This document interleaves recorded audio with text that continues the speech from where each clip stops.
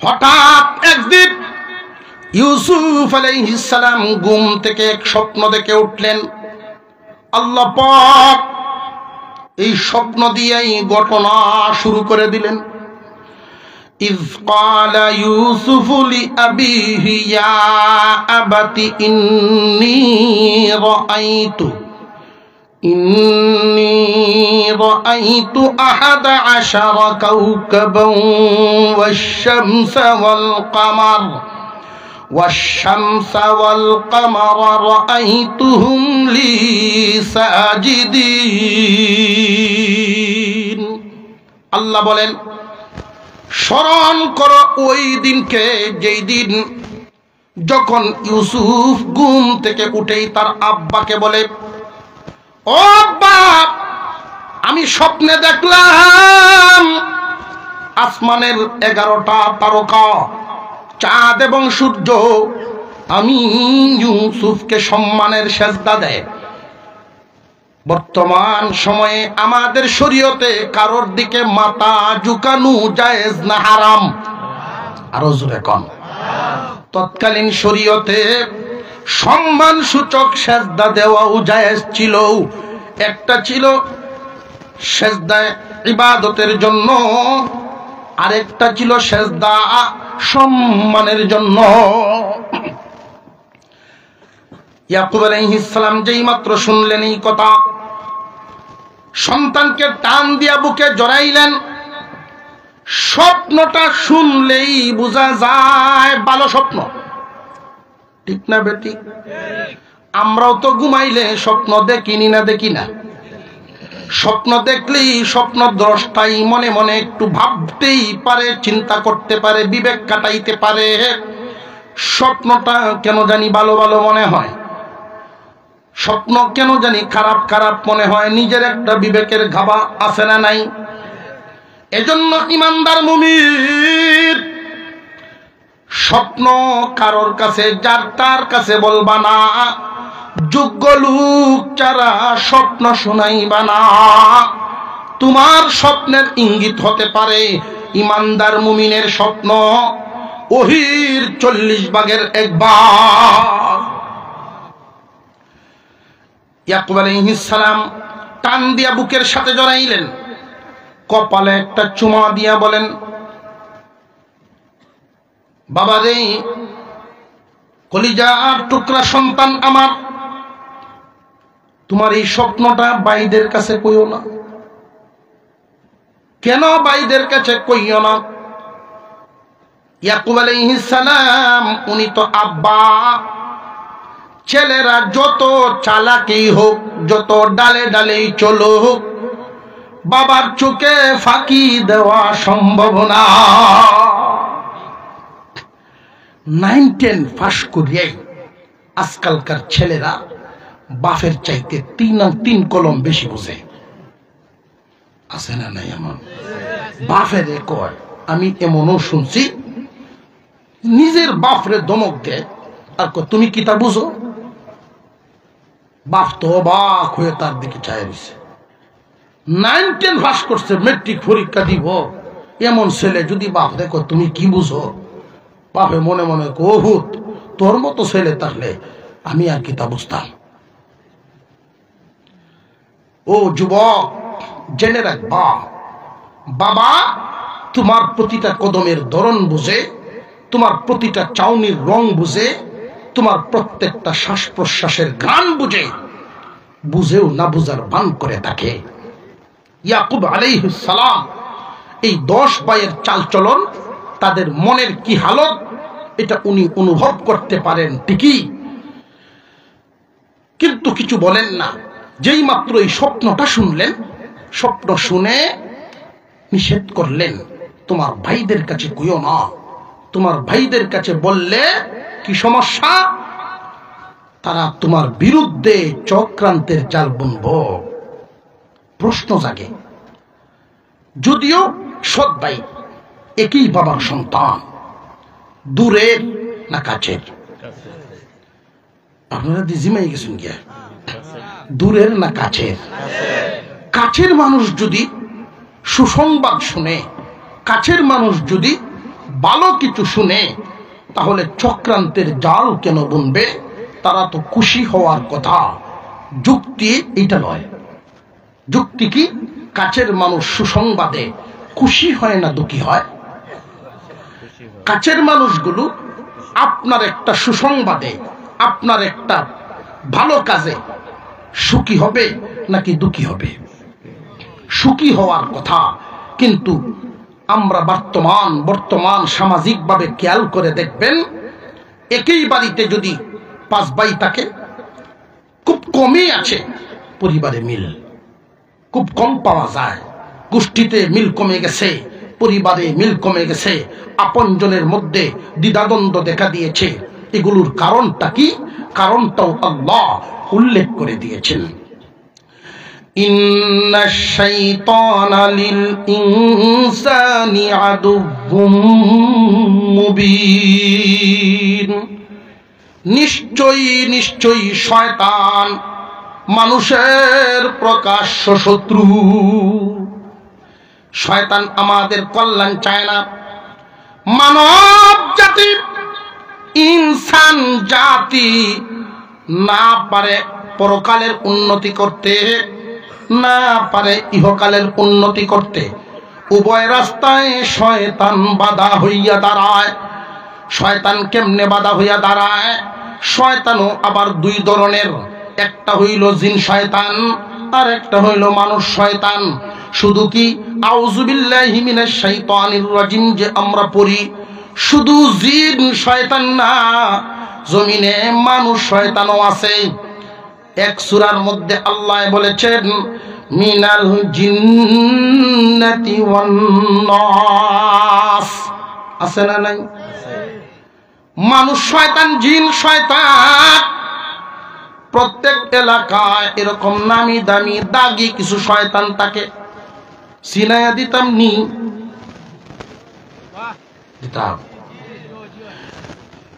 আমি তো আর কেউ চিনে আইছি না, তবে আলামত কইয়া যাই, চোখ বড় বড় করে তার দিকে তাকাইবেন।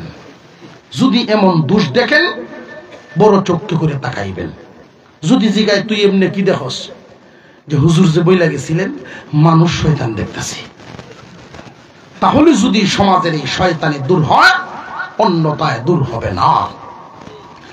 মানুষ শয়তানের যত লক্ষণ, এর মধ্যে একটা হলো মানুষের অন্তরে পেরেশানি বাড়াইয়া দেওয়া। তার ছোটখাটো একটা কাজের মাধ্যমে সাধারণ মানুষের অন্তরে পেরেশানি বাড়াইয়া দেওয়া। আপনি গিয়া তার কাছে বললেন যে ভাইজান, আমার 3 ক্ষেত একটা জমিন যে ছিল হাওরে, এটা বিক্রি করে দিছি, ছেলেটারে বিদেশ পাঠানো লাগে, 3 ক্ষেতে বেচছি। কত বেচছস? 5 লাখ বেচছি। ইস, 6 লাখ টাকার কাস্টমারটা আমার হাত, 6 লাখের কাস্টমারটা আমার হাত। আমার জিগাইলে 1 লাখ টাকা বেশি পাস। আচ্ছা, অন্তর কি কামড় দিব না দিত না? জাগাত খারো 1 লাখ নাই। ঘরে গেছে, খাইতে বসছে, বিবি কয় কি ব্যাপার, চেহারা মলিন? মাতিস না। কি হয়েছে? 1 লাখ নাই। কি 1 লাখ নাই? খাওনো শান্তি নাই, ঘুমে শান্তি নেই, মনের পেরেশানি বাড়ায়া দিছে কে? এটা মানুষ শয়তান। বুঝাইছে? আপন 2 ভাই সিম ঠিক করা নিয়ে, বাড়ির সীমানা নিয়ে অনেক সময় টেলাটিলে লাগে না লাগে না? দেখবেন ছোট ভাইরা আইসা কানে কানে কান ভরা দিব। বহুত মানচস, জীবনে বহুত মানচস, মানতে মানতে বেটা তাল গাছ উঠছে। বড় ভাই বাপের রোমান্টিক আছে, মানতে মানতে আজকে এই দশা। তুইও তোর দাবি ছাড়িস না, আমরা আছি তোর সাথে, তুইও দেখকে দিবে। এই যে মানুষ শয়তান, শুনছেন? বড় বাইরে গিয়ে আবার কান ফোড়া দিব। এই সংসারটা কম টানছ, এদের জন্য বহুত কিছু করছো জীবনে, এদের জন্য বহুত কিছু করছো। এখন করে ডাকি আর সুযোগ দেওয়া যেত না, তুমি বোঝাইল না। মানুষ শয়তান, বুঝতে হবে। জিন শয়তান মানুষ শয়তান নিজেদের ভিতরে দ্বন্দ্ব লাগায় রাখে। আপনজনের খুশিতে মন খুশি হওয়ার কথা, আপনজনের সফলতায় অন্তর খুশি হওয়ার কথা, কিন্তু অন্তর খুশি হয় না কেন? বাতিজার সফলতায় চাচার মনে জ্বলে কেন? যে জ্বলার তো কথা না, শয়তানে জ্বালায়। আপনজনের ভিতরে দ্বন্দ্ব লাগায় দেয়, বাইয়ে বাইয়ে দ্বন্দ্ব হওয়ার কথা না, দ্বন্দ্ব লাগায় কে? আরো জোরে কোন। আমরা ডরাইতেছেন, বুঝতে পারছি পরে নিয়ে আমার উপরে নাজিল হয়। মুসলমান ভাইরা আমার, শয়তান মানুষকে কোনদিন ইহকালীন পরকালীন সফল হইতে দেয় না। জেনে রাখবেন, আপন জনের ভিতরের দ্বন্দ্ব মজবুত কোনো বিষয় নিয়ে না, বড় কোনো বিষয় নিয়ে হয় না। একটা কথা নিয়ে হয়, দুইটা কথা নিয়ে হয়, কান পড়া শুনে হয়। আরেকজনের কথা উনি লইল কেমনে? আমার বাই হইয়া। এই যে ভিতরে একটা দাগ ঢুকে গেল, দূরত্ব তৈরি হয়ে গেল। সামান্য এক টুকরা জায়গা নিয়ে এমন ঘটনাও আছে, এক টুকরা জায়গা নিয়ে দুই ভাইয়ে মামলা। কাঁচা চুল লইয়া মামলা শুরু হয়েছিল, চুল এখন পাকছে। বাবায় যা সম্পদ হয়ে গেছিল সব বেচছে।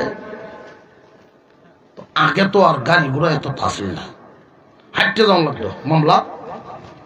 তো সাথে চিরা গুড় ভিডিয়া বাড়ি তুলে যেত, রাস্তাতে নাস্তা তো খাইতো। নির্দিষ্ট একটা জায়গা ছিল, বড় গাছ, এটার জোরের এক সাইডে দিয়ে বইয়া বইয়াই নাস্তা করতো মানুষ। 18-20 বছর পর্যন্ত মামলা ভাইয়া দুইজন বুড়ো হয়েছে। তো একদিন দেখে একজনের কাছে গুড় আছে, চিরা নাই। আইবার সময় গাল গুড়ায় দিকে ছায়া দেখে তাইনের ট্রেন চিরা আছে, গুড় নাই। এখন একজন মনে মনে কয়, আরে বাই যদি একটু গুড় নিয়ে আমার কটা চিরা দেন তো তাইনের নাস্তাটা হইল, আমার ডরে গেল। মাত তো নাই 18-20 বছর ধরে। ছোট ভাইও দেখে বড় লাগে, বড় লাই দেখে ছোট লাগে। এই হালতের মধ্যে শেষ পর্যন্ত ছোটটায় ডাক দিছে, ভাইজান একটু গুড় নিয়া কটা চিরা আমারে দিলাও। আহ ভাইরে, এই ডাকটা 18-20 বছর আগে যদি দিতে, তা আব্বার খেটটি বেসন লাগলো না। বুঝে আসতেছে? নিজেদের ভিতরের দ্বন্দ্ব বড় বিষয় নিয়ে হয় না, ছোট ছোট বিষয়। শুধু একটা ডাকের অভাব। কিসের অভাব? ডাকের অভাব। ছাড় দেয় না। দুই জালেই তো কোন দুই ভাইয়ের বউ সম্পর্ক কি? জাল। দুই জাল মাছ কাটা লইয়া লাগছে। মাছ কাটছো ভালো কথা, দাদা দইলা না কেন? কয়টা কামলা লাগবো তা দইলে? এই দা কেন দইল না? দ্বন্দ্ব শুরু হয়েছে। কামটা কি খুব বড় না ছোট? এই ছোটটার মধ্যেই শয়তানে দুইজনের মাঝখানে মুঠা দেয়াল উঠায়া দেয়। একে অপরকে যদি ছাড় দেওয়ার মন থাকে, একে অপরের কল্যাণকামী থাকে, শয়তান শেষ পায় না। প্রথম চেষ্টা করে ভাইয়ে ভাইয়ে গন্ডগোল লাগাতে। যদি ভাইদের ভিতরে পারে না, তখন বাবিদের উপরে নাজিল হয়। মুসলমান ইমানদার ভাইয়েরা আমার, খুব ভালো করে বুঝে রাখবেন, ইউসুফ আলাইহিস সালামের 10 ভাই, তারার মতি গতি ভালো না। বাবায় বইলা দিছেন, হে ইউসুফ, তোমার স্বপ্নের ব্যাখ্যাটা আংশিক তোমারে শোনায় দেই। ওয়াকাযালিকা ইয়াজতাবিকা রাব্বুকা ওয়া ইউআল্লিমুকা মিন তা'যীলিল আহাদিস ওয়া ইউতিম্মু নি'মাতাহু আলাইকা ওয়া আলা আলি ইয়াকুবা কামা আতাম্মাহা আলা আবাওয়াইকা মিন ক্বাবলু ইব্রাহিম ওয়া ইসহাক ইন্না রাব্বাকা আলিমুন হাকীম। ইউসুফ শোনো, তোমার এই মুবারক স্বপ্নের মাধ্যমে বোঝা যায় আল্লাহ তোমাকে নির্বাচন করবেন। সুবহানাল্লাহ। স্বপ্নের মাধ্যমে বোঝা যায় আল্লাহ তোমাকে নির্বাচন করবেন এবং তোমাকে আল্লাহ স্বপ্নের ব্যাখ্যা শিক্ষা দিবেন, তোমার উপরে আল্লাহর নিয়ামত পরিপূর্ণ করবেন, তোমাকে আল্লাহর নিয়ামত পরিপূর্ণভাবে দিবেন, তোমার পরিবারকে দিবেন। কেমনে জাননি কি পরিমাণ দিবেন? তোমার পূর্বপুরুষ ইসহাক ইব্রাহিমকে যেইভাবে দিয়েছিলেন তোমারেও সেইভাবেই দিবেন। এই কথাটা বলে প্রাথমিক একটা সান্ত্বনা দিলেন। 10 ভাই তারা যেন না শুনে, বাবাই কিন্তু নিষেধ করে দিছে। এর মধ্যে এক ভাইয়ের বউ, এক বর্ণনায় এসেছে, কান ফাটতে রাখে। তারা কাজে যাওয়ার সময় বইলে যায়, দেখিস বুড়া বেটা আদর তো কম করে না ফুতেরে, কিছু চোখ কান খোলা রাখিস, কি কি গপসপ হয় কিছু শুনিস। কান ফাটতে রাখার অভ্যাসও কিছু মানুষের আছে। কার গরো কি হয়, কার গরো কে আইলো গেল, ফোরের দিকে ছায়া তখন। এই অভ্যাস জেনে রাখবেন, আপনি যদি অন্যের দোষ তালাশ করার জন্য একটা আঙুল তাক করেন, বাকি 3টা আঙ্গুল আপনার দিকে ফিরে থাকে। বাস্তব বিষয়গুলো বিবেক জাগ্রত করার প্রয়োজন। শুনে ফেলছেন একজনে, ইয়াকুব নবী ইউসুফকে আদর করেছেন, স্বপ্নের ব্যাখ্যা শুনিয়েছেন, ইউসুফের স্বপ্ন শুনেছেন। যেই মাত্র 10 ভাই বাড়িতে আসছে, আগেই মহিলা ঘাটা পর্যন্ত গিয়া একবারে 10 জনরে খুব আগ্রহের সাথে ডাকতেছে, হুনিয়া যাও, হুনিয়া যাও। তারাও তো গিয়া না জানি কি হয়েছে, গিয়াই কি হয়েছে ঘটনা। ইউসুফে বাপের আদর তো এমনি পায়, আজকে ঘুম থেকে উঠে আদর আরো বেশি পাওয়ার জন্য একটা মিথ্যা স্বপ্ন বানাইয়া বলছে, নাউযুবিল্লাহ। স্বপ্নটা কি উনি মিথ্যা বলেছেন না স্বপ্ন সত্য বলেছেন? সত্য স্বপ্ন বলেছেন। উনি কান ফোড়া দিয়েছে যে এমন এক স্বপ্ন দেখছে, আসমানের 11টা তারকা, চাঁদ এবং সূর্য ইউসুফকে সেজদা দেয়। অত ফুরুমুরু বেটা, ছোট একটা বাচ্চারে এই তারকায় সেজদা দিত, বুঝি কেন নাইছে। তারারে দিছে আরো ফুলাইয়া। কোন অন্তরে যদি জিদ থাকে, কারণ মেজাজে যদি রাগ থাকে, রাগের মাথায় এমন কথা বলা নিষেধ, রাগ আরো বেড়ে যায়। বুঝে আসতেছে? এটা হলো আগুনের ফুরুঙ্গিতে ফু দিয়া জ্বালাইয়া দিলেন, আগুনের ফুরুঙ্গিতে ফু দিয়া জ্বালাইয়া দিলেন। মুসলমান ইমানদার ভাইয়েরা আমার, এই মহিলায় জানায় দিল মিথ্যা স্বপ্ন বর্ণনা করছে। আব্বা বলেছেন কি জানোনি, এই স্বপ্ন তোমার ভাইদের কাছে বলবা না, শয়তানের ধোঁকা দিয়া তাদের মন চক্রান্তকারী বানাতে পারে। এবং আল্লাহ ইউসুফকে নাকি নির্বাচন করবেন। আগের থেকেই তাদের মনে সম্মান পাইব 10 ভাইয়ের কেউ। তাদের মনে মনের আকাঙ্ক্ষা ছিল, আমরা বিবির ঘরের এই সম্মানের সিলসিলা, নবীর পুত্র নবী, নবীর পুত্র নবী, এই সম্মানের সিলসিলা ফাইলে তো আমরা হইতাম।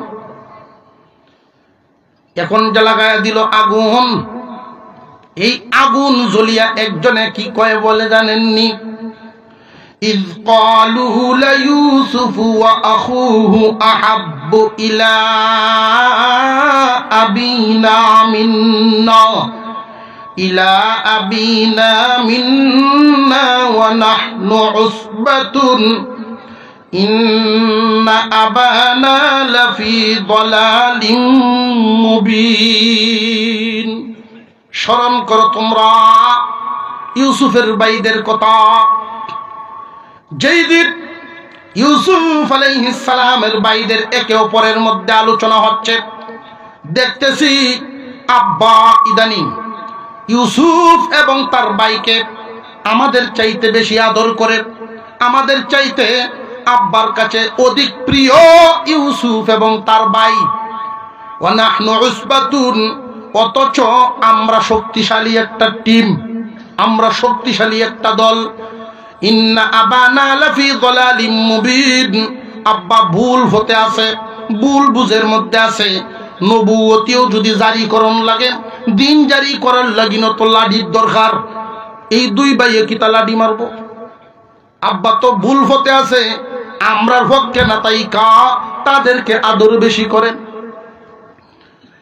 আরেকজনে বলে আর সহ্য করা যায় না, আল্লাহ নাকি ইউসুফকে নির্বাচন করবে।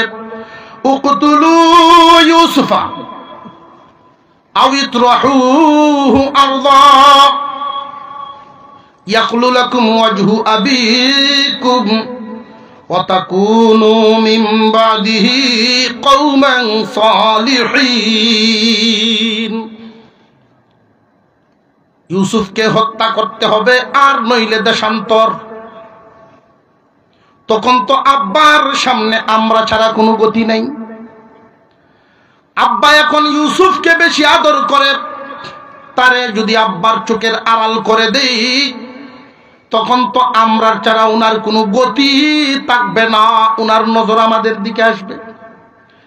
কেমনে আব্বার সামনের থেকে সরাইব, আব্বার চোখের সামন থেকে আড়াল করব কেমনে? দুই সূরত, একটা হইল হয়তো বাড়ি চারা করো, দেশান্তর করে দাও, আর নইলে উকতুলু ইউসুফা, দুনিয়া সারাই করিয়া দাও, মেরে ফেলো। হয়তো একদম মেরে ফেলো, আর নইলে দেশান্তর করো, অর্থাৎ বাবার চোখের আড়াল করে দাও। এই আড়ালটা করলে পরে একমাত্র আমরা যদি আব্বার নজরটা ঠিকমতো পাই। বুঝেন, প্রতিহিংসার আগুন, প্রতিহিংসার আগুনে জ্বলছে, শয়তানের ধোঁকায় পড়ে গেছে। এর পরেও কিন্তু একটা হিসাব ঠিক রাখে, গুনাহ করে হিসাব নিকাশ করিয়া বড় ছোট মিলাইয়া করে, এই হিসাবটা আবার ঠিক রাখে। গুনাহ যে করতাম, হত্যা করলেও গুনাহ, দেশ ছাড়া করলেও গুনাহ, তুলনামূলক ভাবে জানে মারার চাইতে দেশ ছাড়া করার গুনার ওজনটা কম। দেশ ছাড়া করার সিদ্ধান্তেই আমরা উপনীত হই। রাস্তার কিনারে কোন একটা কুয়া দেখে ওই কুয়াতে দেই ফেলাইয়া, তখন প্রতীক দল তারে উঠাইবে। যেই দেশের মানুষ তারে কুয়া থেকে উঠাবে, সেই দেশে তারে নিয়ে যাবে। জীবনে কোনোদিন ইউসুফার বাড়িতে আসতে পারবে না। মার্ডার করার মতো, দমে মারার মতো বোঝা মাথায় উঠাবো না। কারণ মানুষ হত্যা শুধু আমাদের শরীয়তে পাপ ছিল না, প্রত্যেক শরীয়তেই মানুষ হত্যা মহা পাপ ছিল। কেউ যদি কাউকে মেরে ফেলে, তাম দুনিয়াকে হত্যা করার নামান্তর। খুব ভালো করে জেনে রাখেন, মানুষ মার্ডার করলে জাহান্নামী হয়, বড় গুনাহ। আর যদি মাপের রাস্তাগুলো খুঁজে নেয়, সেটা ভিন্ন, তার জন্য ভালো, বেঁচে গেল। ও ভাই, মার্ডার করার মতো, হত্যা করার মতো অপরাধ তাদের মাথায় উঠিয়ে নেবে না, দেশ ছাড়া করবে, এই সিদ্ধান্তে উপনীত হলো। এখন দেশ ছাড়া যে করবে, বাবার চোখের আড়াল করবে কেমনে? 4 বছর বয়স থেকেই বাবার সাথে ঘুমায়, বাবার সাথে খায়। ইয়াকুব নবী চোখের আড়াল করেন না। বাজারে গেলেও সাথে নিয়ে যান, বেড়ানিতে গেলেও সাথে নিয়ে যান, কোন জায়গায় গেলে ইউসুফকে হাতে ধরে ধরে রাখেন। আল্লাহ, এত সুন্দর ছেলে আমার। উনি যদি, এক বর্ণনায় এসেছে ইউসুফ আলাইহিস সালাম খুব সুন্দর ছিলেন, এত সুন্দর, নেকাব পরায় রাখতেন, কাপড় দিয়ে ঘুরিয়ে রাখতেন, যেন নজরকারীদের নজর না পড়ে। চোখের নজর আছে না নাই? আর নজর হক, নজর সত্য। চোখের যে দোষ, চোখের নজর সত্য। দেখবেন আপনার ফসলের খুব বালা কইব, প্রশংসা কইব, যে চাচা আপনার গাছের কাটলটি তো খুব খুব বালা, বড় বড়। দোষ কইছে কোন? 1-2 দিন পরে দেখবেন কালা কালা দাগ হওয়া শুরু হয়েছে। কইছে তো বালা, ভিতর হচ্ছে গেছে। চোখে দোষ এমন কিছু মানুষ আছে। চোখের দোষটা দিয়েছেন আল্লাহ, এগুলোর থেকে হেফাজত, চোখের দোষের দূষিত থেকে, এই ক্ষতির থেকে আমরা হেফাজত করবেন কে? আল্লাহ। কোন ফসলও দেখছি, কোন জমিনে যদি ফসল ভালো হয়, আল্লাহর উপরে ভরসা না করিয়া জুতা লটকায় তো আছে না? এমন দেখছেন না? জুতা লটকাইছে। এর মানে কি? যে কোন চোখওয়ালা যদি আমার এই ফসল যদি নজর দিব, তো এর কপাল এই জুতা, এটা বুঝাইছে। জুতা দিলে কি ফসল তো শেষ হয়ে যাইব, এই কাম তো শেষ। সুতরাং তাওয়াক্কুল করব কার উপর? আল্লাহর উপরে। ইয়াকুব আলাইহিস সালাম ইউসুফকে ঢেকে রাখতেন কেন? এত উজ্জ্বল চেহারা, এই লাইট যেমন ফোকাস মারে, ইউসুফ নবীর চেহারা এভাবে ফোকাস মারতেন। চোখের আড়াল কেমনে করা? 10 ভাইয়ে যুক্তি করে 10 ভাই মিলে বাবারে রাতের বেলায় গিয়া এমন এক আটকাইছে কথার কৌশলে। পিতার সাথে এমন কৌশলী কথা, সন্তান যেন বাবারে আটকানোর নিয়তে, বিপদে ফেলার নিয়তে এভাবে কথা না বলে। কোন সন্তান ভালো মনের অধিকারী হলে সোজা সাজা মন পরিষ্কার করে বাবার সামনে কথা বলবে। আর যদি ক্রিটিক্যাল ওই শয়তান বাহিনী, চক্রান্তকারী বাহিনীর মতো হয়, তাহলে কিভাবে তার স্বার্থ উদ্ধার করা যায়, বাপের কেমনে কৌশলে আটকানো যায়, সেই বুদ্ধি শুদ্ধি করেই গিয়ে কথাটি বলবে। ইয়াকুব নবীর সামনে 10 ভাই গেছে, তাও আবার রাতের বেলায়। বলা শুরু করলো, قالوا يا أبانا ما لك لا تأمنا على يوسف وإنا له لناصحون أرسله معنا غدا يرتع ويلعب وإنا له لحافظون আব্বা, ইউসুফের ব্যাপারে আপনি কি আমাদেরকে বিশ্বাস করেন না? আমরা তো ইউসুফের শুভাকাঙ্ক্ষী, আমরা তো ইউসুফের ভালো চাই গো আব্বা। আপনি কি ইউসুফের ব্যাপারে আমরা বিশ্বাস করেন না? বলুন তো দেখি, কোন বাপ সন্তানের মুখে মুখে কি কথা বলাটা কি শিষ্টাচারিতায় আসে যে না তোরা বিশ্বাস করি না? শিষ্টাচার বহির্ভূত। এর জন্য মুখের উপর কোন ভদ্রলোক এইভাবে কথা বলবেন না। সন্তান যদি প্রকাশ্য শত্রুতামি করে, ওরা তো প্রকাশ্য শত্রু না, যা করে মনে মনে গোপনে গোপনে। ইয়াকুব আলাইহিস সালামের সামনে তারা প্রশ্ন করলো, আব্বা আমরা কিন্তু ইউসুফের শুভাকাঙ্ক্ষী।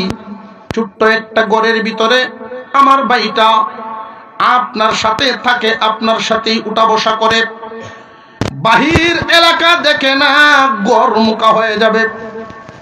বাপেরে বোঝায়, আপনি কি আমাদেরকে বিশ্বাস করেন না?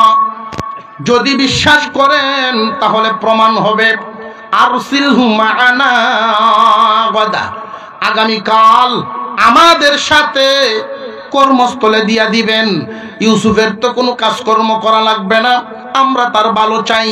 বরং আমরা যেই এলাকায় কাজ করতে যাই গো আব্বা, আপনি তো জানেন প্রশস্ত এলাকা, মুক্ত ভূমি, আবহাওয়া ভালো পাবে, ফল ফ্রুট খাইতে পারবে, মন খুলে শ্বাস নিবে, খেলাধুলার মতো দৌড়াদৌড়ি করবে। আব্বা ইউসুফের মনটা বড় ভালো লাগবে। আমরা 10 ভাই মিলে ওয়া ইন্না লাহু লাহাফিজুন, আমরা 10 জন মিলে তারে হেফাজত করব।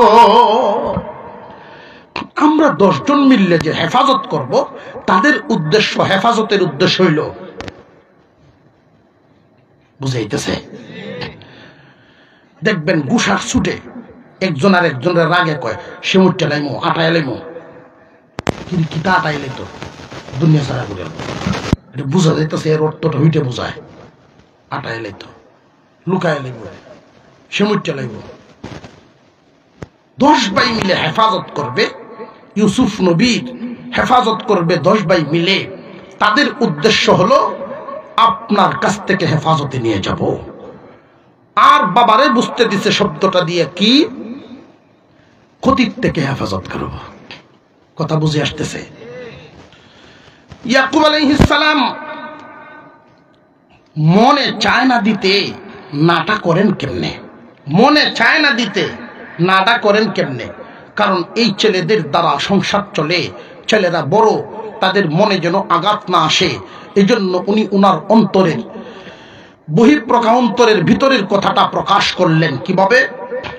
ক্বালা ইন্নী লা ইয়াহযুনুনি আন তাযহাবু বিহি ওয়া আখাফু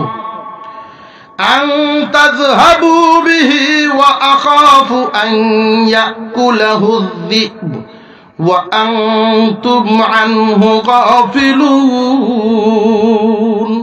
রে আমার ছেলেরা, দুইটা কথা বলছেন উনি। ছেলেরা রে শুনো, ইউসুফকে আমার চোখের আড়াল করলে আমার বড় চিন্তা হয়। তোমাদের সাথে গেলে আমার চিন্তা হবে এবং ভয়ও আছে। চিন্তা হলো আপনজন প্রিয় বস্তু চোখের আড়াল হলে যে কারোর চিন্তা হয়, প্রিয় বস্তুটা যদি চোখের আড়াল হয় যে কারোর চিন্তা হয়। বাবার সাথেও যদি সন্তান যায়, মা ঘরে বসে কত ধরনের চিন্তা করে, না জানি গাড়ির তলে ভরে কিনা, না জানি কি হয় না হয়। নির্ভরযোগ্য জায়গা, বাপের সাথে বাচ্চা গেল, এরপরেও মার চিন্তা হয়, এটার নাম চিন্তা। চোখের আড়াল হয়ে গেলে প্রিয় বস্তুর ব্যাপারে যেই বিষয়গুলো মনে উদয় হয়, এটা হলো চিন্তা। ভয় হইল ওইটা। ও আমার ছেলেরা, তোমরা যে এলাকায় কাজ করতে যাইবা, ওই এলাকায় বাঘের বড় উপদ্রব। তোমাদের অমনোযোগী হওয়ার কারণে আমার ইউসুফরে যদি বাঘে খায়ালাই রে, আমার ইউসুফকে যদি বাঘে খেয়ে ফেলে, তোমাদের অমনোযোগিতার কারণে এমনি 10 ভাইয়ে বাবার জবান বন্ধ করার জন্য এমন এক কথা ছেড়ে দিল, ক্বালু লা ইন আকালাহু যিবু ওয়া নাহনু উসবাতুন ইন্না ইযাল লাখাসিরুন। ও বাপ, আপনি তো জানেন আমরা 10 ভাই কেমন পালোয়ান। ঐতিহাসিকগণ লিখেন, তাফসীরওয়ালায় লিখেন, ইয়াকুব নবীর 10 ছেলে আগের পক্ষের এক একজন এমন শক্তির অধিকারী, একলাই একটা বাঘের সাথে মাইর করতে পারত।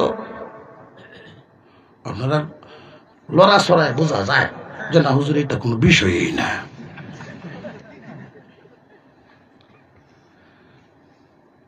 আপনাদের দেশে বাঘ আছে? ও আছে বলে আছে।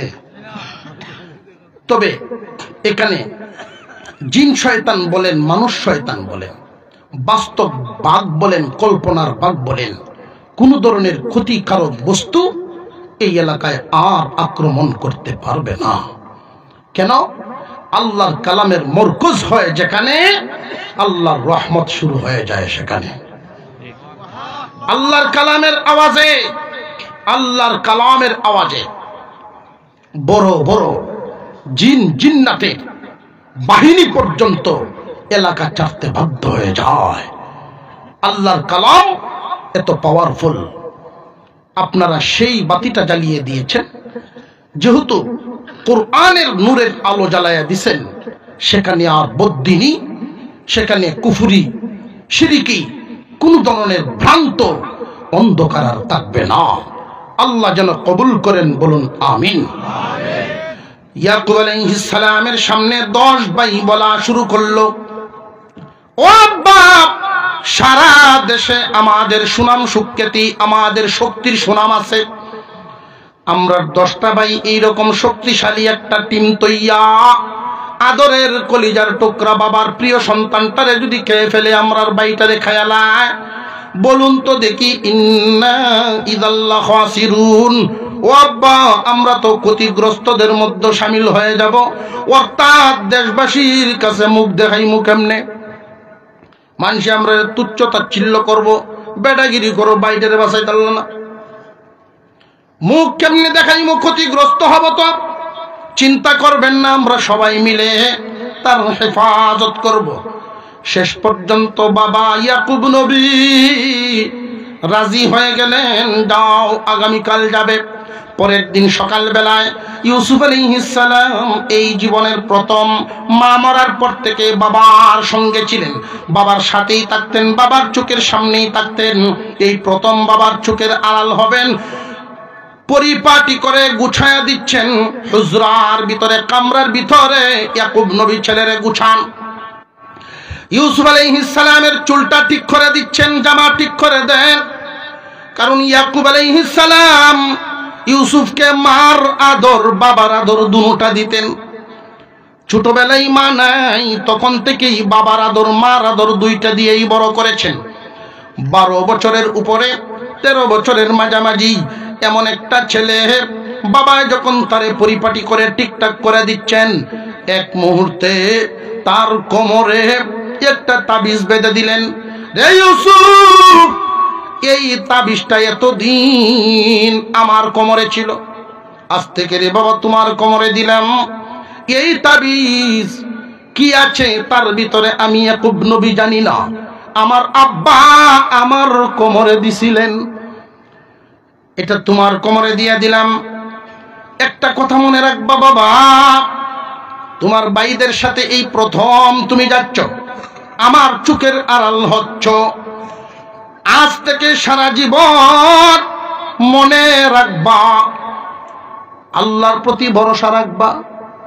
বাবার অন্তরে চিন্তা আছেই তো, প্রিয় বস্তু চোখের আড়াল হলে চিন্তা হয়। আল্লাহর কথা মনে রাখবা, আল্লাহর কথা মনে রাখবা, আল্লাহর নাম ভুলবা না। দুনিয়ার সবাই সবাইকে বলতে পারে, কাছের মানুষ দূরের মানুষ সবাই সবাইকে বলতে পারে, কিন্তু আল্লাহ তার বান্দা বলেন না। এইখানে ইয়াকুব নবী ইউসুফকে বিদায় দিয়া একজন আদর্শ পিতা সন্তান বিদায় দেওয়া কেমনে এটা শিখাইলেন।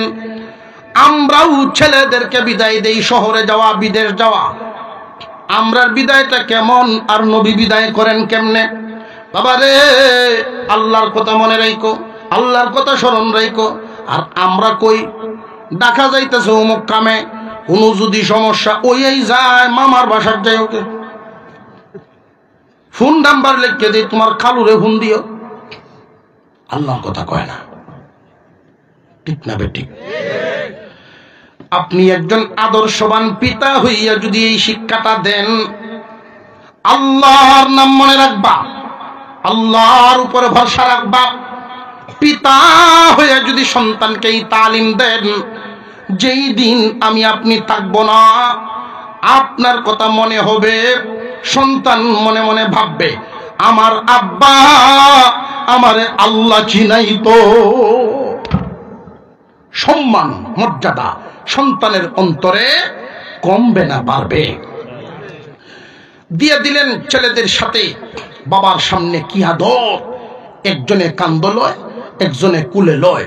ইউসুফকে আদর করতে করতে বাবার চোখের সামনে আদর দেখায়া দেখায়া নিয়ে রওনা দিল। যাচ্ছে যাচ্ছে এত দূর পর্যন্ত ইউসুফ আলাইহিস সালাম ঘাড় ঘুরায়া ঘুরায়া তাকান, আর চেয়ে দেখেন ইয়াকুব নবী পিছনে পিছনে চেয়ে আছে। যখনই ইউসুফ পিছনে তাকান, ইয়াকুব আলাইহিস সালাম আঙুলটা উপরে দিয়া বোঝান, আল্লাহকে হেফাজতকারী, আল্লাহকে স্মরণ রেখো, এই ইশারাটা দিয়ে দেন।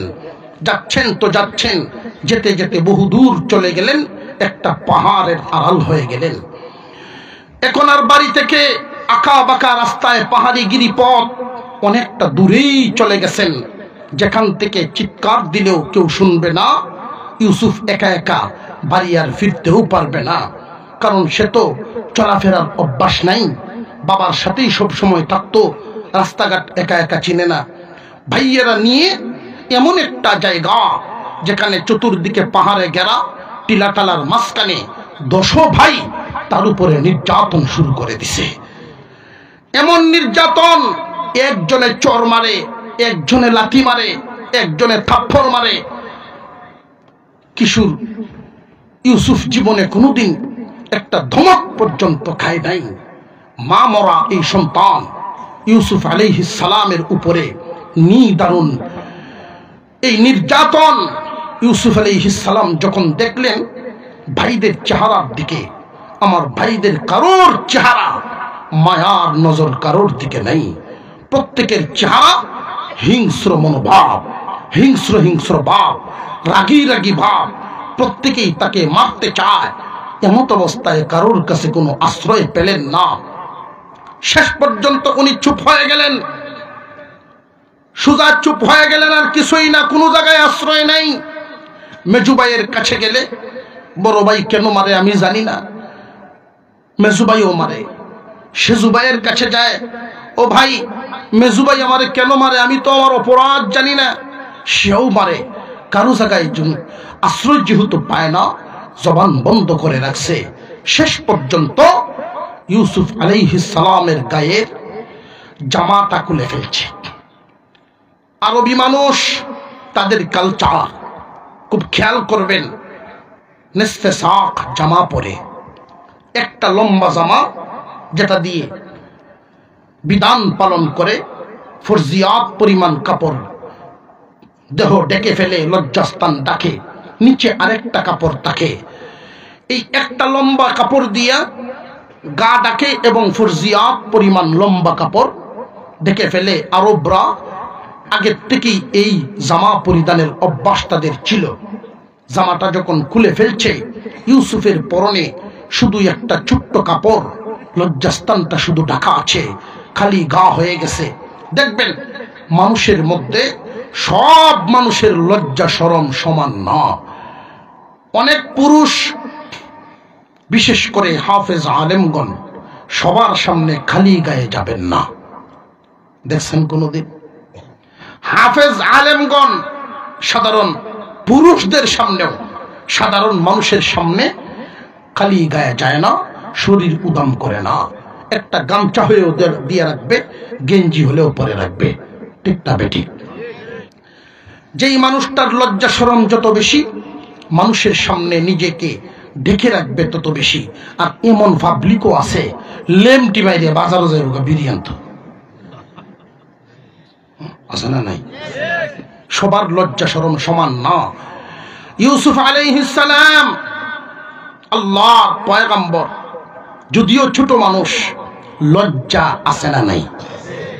খালি গায়ে হন না, সম্মানিত কম না। আমার আপনার নবী যার ব্যাপারে বলেছেন কারীম ইবনু কারীম ইবনু কারীম ইবনু কারীম, ইউসুফ ইবনু ইয়াকুব ইবনু ইসহাক ইবনু ইব্রাহিম, সম্মানীর পুত্র সম্মানী, সম্মানীর পুত্র সম্মানী। এ দুনিয়াবাসী, ইউসুফের গায়ের জামা খুলে দিয়ে 10 ভাই মিলে যখন নির্বাক, জবান বন্ধ, প্রহারে প্রহারিত, এত সুন্দর দেহের অধিকারী শিশু ইউসুফের উপরে যখন প্রহার চালায় দিল, সুন্দর দেহটা পুরাটাই আগাতে আগাতে লাল হয়ে দাগে ভরে গেছে। এমত অবস্থায় যখন 10 জনে মিলে একত্রিত হয়ে রাস্তার কিনারে একটা ঝুপড়িওয়ালা গভীর কুয়া, এই কুয়ার ভিতরে যখন ফেলে দেয়, গভীর কুয়া বলতে ঐতিহাসিকগণ বলেন কুয়াটা ছিল 70 হাত গভীর, 20 হাত পানি সব সময় থাকতো, 50 হাত ফাঁকা। এই কুয়ার ভিতরে যখন ফেলে দেয়, প্রথমে দেখায় দেখ রে এটার ভিতরেই তরে ফালতেছি, অন্তরে ভয় শুরু হয়েছে। একটা ভয় ভাইদের প্রহারের ভয়, আর একটা লজ্জার ধাক্কা, গায়ের জামা খুলে ফেলা, প্রহারের ধাক্কা, লজ্জার ধাক্কা। তৃতীয়তম যখন 10 ভাই মিলে ফেলে দেয় কুয়ার ভিতরে, জীবন হারানোর ধাক্কা, জীবন শেষ হয়ে যাওয়ার মতো ভয়। যেই মাত্র 10 ভাই হাত থেকে ছেড়ে দেয়, কুয়ার ভিতরে পড়ে যান, তখনই ওনার বন্ধ হওয়া জবান থেকে জবান খুলে ডাক দিয়েছিলেন আল্লাহ আল্লাহ বলে। যখন ডাক দিলেন, আল্লাহ পাক রব্বুল আলামিন ডাক দেন, জিবরাইল আমার ইউসুফের গায়ে যেন পানির ফুটা ছিটাও না লাগে। ওই পানিতে লাগবার আগেই, কুয়ার নিচে পানিতে পড়বার আগে তুমি গিয়া জিবরাইল আমার ইউসুফকে ধরে ফেলো। ওই দিন ইউসুফ আলাইহিস সালামকে ধরার জন্য জিবরাইল আলাইহিস সালাম একটা নয়, দুইটা নয়, একসাথে 600 নূরের পাখা ছেড়ে দিয়ে টান দিলেন। একসাথে 600 নূরের পাখায় ছেড়ে দিয়েছিলেন। ভাইয়েরা ছেড়ে দিয়েছে পানিতে যাইতে আর কতক্ষণ। এই সময়ের ভিতরে জিবরাইল আমিন সিদরাতুল মুনতাহা থেকে কেনান নগরের কুয়ার ভিতরে ইউসুফকে নিচে দিয়ে ধরে ফেলছেন। আল্লাহ আবার জানায় দিলেন, জিবরাইল অভয় বাণী শোনায় দাও। তত্তর করে কাঁপতেছে 3টা ধাক্কা, ভাইদের প্রহারের ধাক্কা, শরমের ধাক্কা, জামা খুলে ফেলার কারণে লজ্জার ধাক্কা, জীবন নাশের বয়ের ধাক্কা। তত্তর করে কাঁপতেছে, অভয় বাণী শোনায় দাও।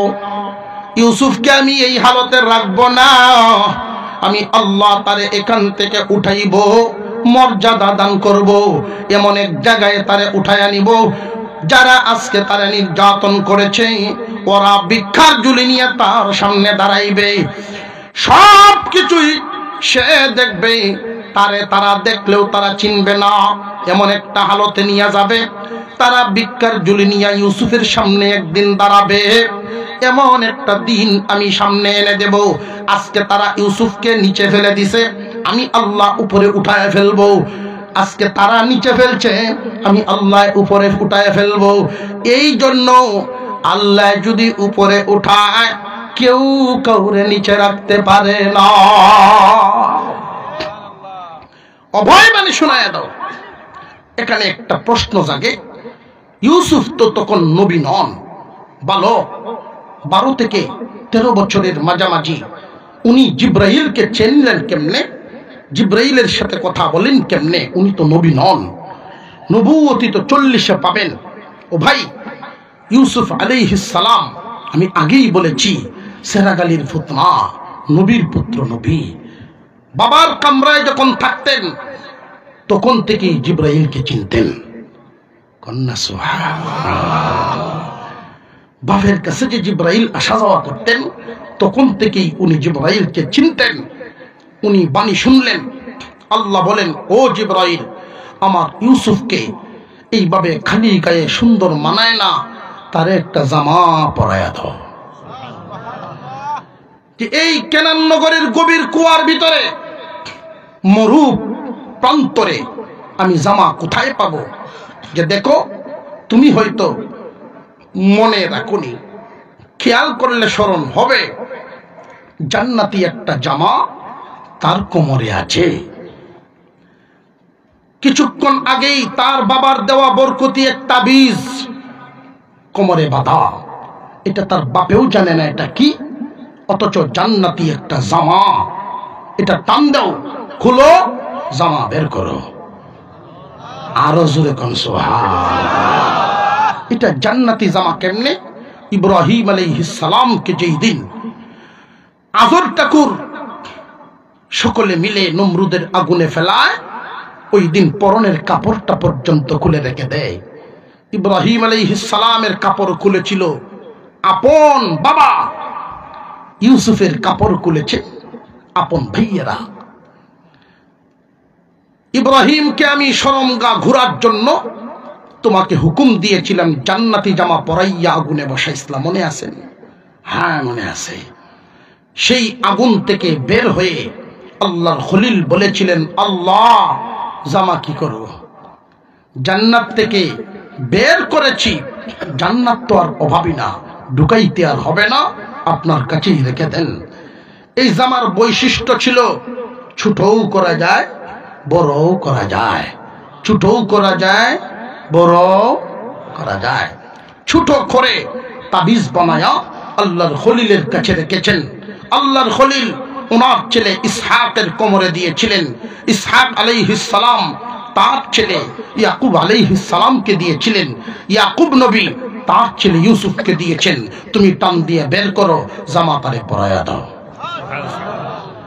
এই জামা খানা পরায়া ইউসুফ আলাইহিস সালামকে কুয়ার ভিতরে রেখে আজকে আপনাদের এই পর্যন্তই রাখলাম। যদি রিজিক থাকে আবারও দেখা হয়, এখান থেকে উঠাবো। তারপরে মিশরের বাজার, সেখান থেকে রানী, সেখান থেকে জুলাইকার ঘর, জুলাইকার ঘর থেকে চক্রান্তের শিকার হয়ে লম্বা কাহিনী যাবেন জেলখানায়। জেল থেকে বাদশাহ বের করে আনবেন।